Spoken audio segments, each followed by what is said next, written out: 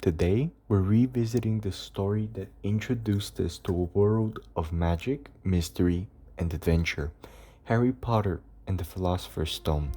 This is the book and film that started it all, where we first met the boy who lived, discovered Hogwarts, and learned about the forces of good and evil that would shape the entire saga. So grab your broomsticks and wands and let's dive in. Our story begins on Privet Drive, a perfectly ordinary street in England, but on one strange night, the quiet neighborhood is visited by witches and wizards.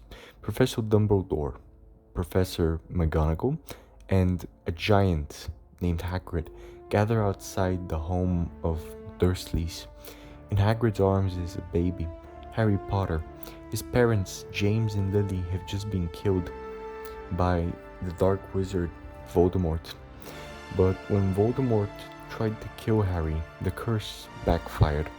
The infant survived, earning a lightning shaped scar, and Voldemort vanished.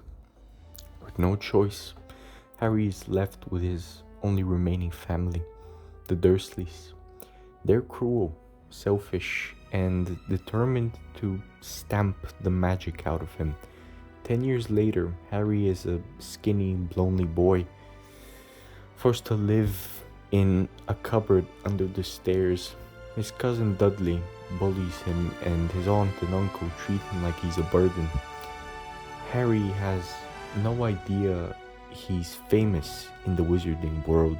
To him, life is just one long struggle. But things begin to change when strange letters start arriving. Letters addressed directly to Harry, sealed with the crest of Hogwarts School of Witchcraft and Wizardry. The Dursleys panic and try to keep the truth from him.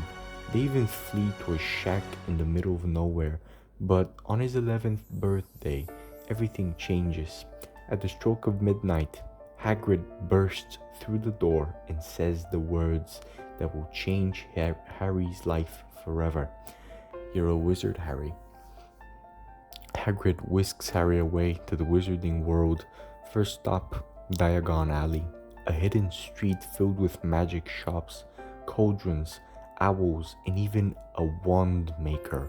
Here, Harry learns more about his parents and the mysterious scar on his forehead. At Gringotts Bank, Hagrid collects a small package from a high-security vault.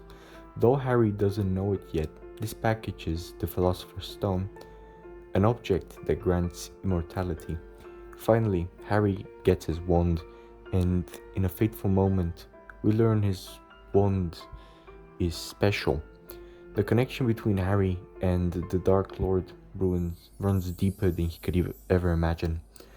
With his surprise in hand, Harry boards the Hogwarts Express. This is where he meets Ron Weasley, a kind but poor boy from a big wizarding family, and Hermione Granger, a brilliant muggle born with a sharp mind and a sharper tongue.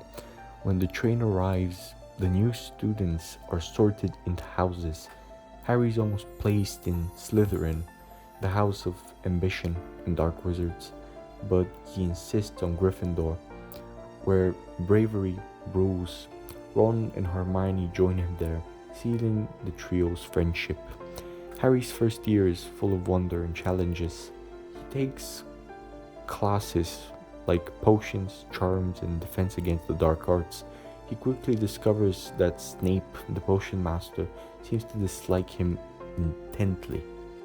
Draco Malfoy, a snobbish student, becomes his rival, but Harry also shines when he shows natural talent on a broomstick. He becomes the youngest Quidditch player in a century. For the first time in his life, Harry feels like he belongs somewhere. But not everything at Hogwarts is fun and games. Harry, Ron, and Hermione stumble upon a terrifying three-headed dog named Fluffy guarding a trapdoor. Suspicion builds that something dangerous is hidden there.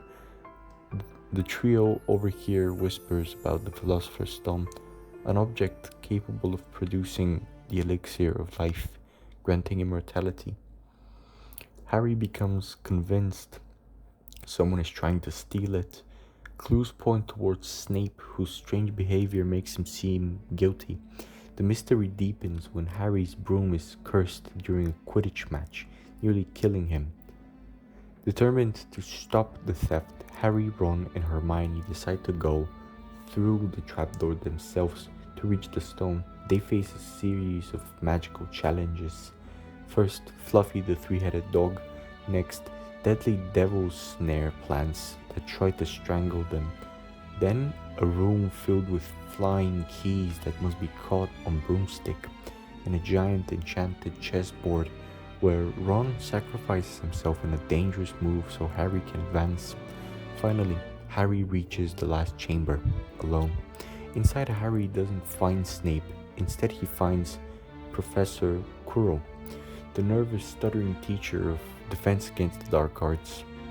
Quirrell has been serving Voldemort all along, and Voldemort is still alive, barely. His spirit is attached to Quirrell, whispering and plotting from the back of his head.